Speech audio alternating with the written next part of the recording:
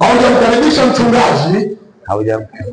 Sasa fanya ukarimu wa maombi kwa watu wa kimisheni. Ndio Yesu anakuja siku kwa jina la Bwana.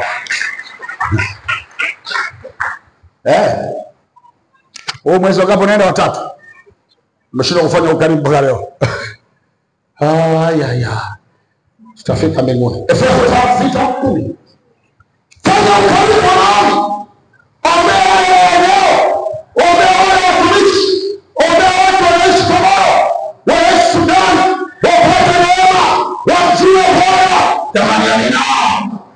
Yes. Efeso 6:10. Twende.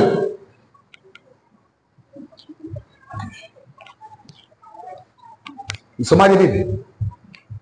Waefeso 6:10. Biblia inasema hatimaye mzidi kuwa hodari katika Bwana na katika uweza wa nguvu zake. Ndio. Vaeni silaha zote za Mungu mpate kuweza kuzipinga hila za shetani.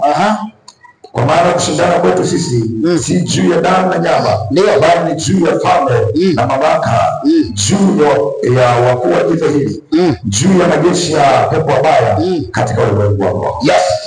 Paulo anawaambia Waefeso, hatimaye mzidi kuwa hodari. Na mchana wa leo na waita wana Sayuni, na waita wana Tuete, na waita Watanzania, na hodari ili kujipita ile kaasuri ile naimiliki kupitia maombi ya wanadamu.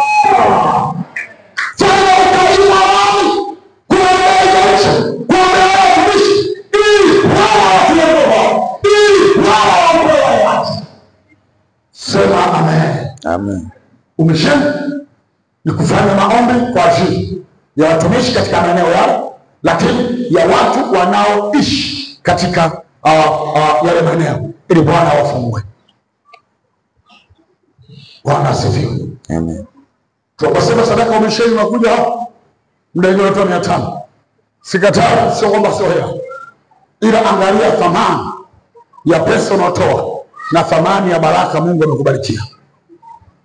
Lakini angalia umuhimu wa hiyo kazi ambayo Bwana ametupatia.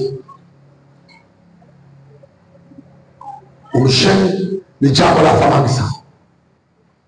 Kule Makurunge tuna kanisa, not Makurunge,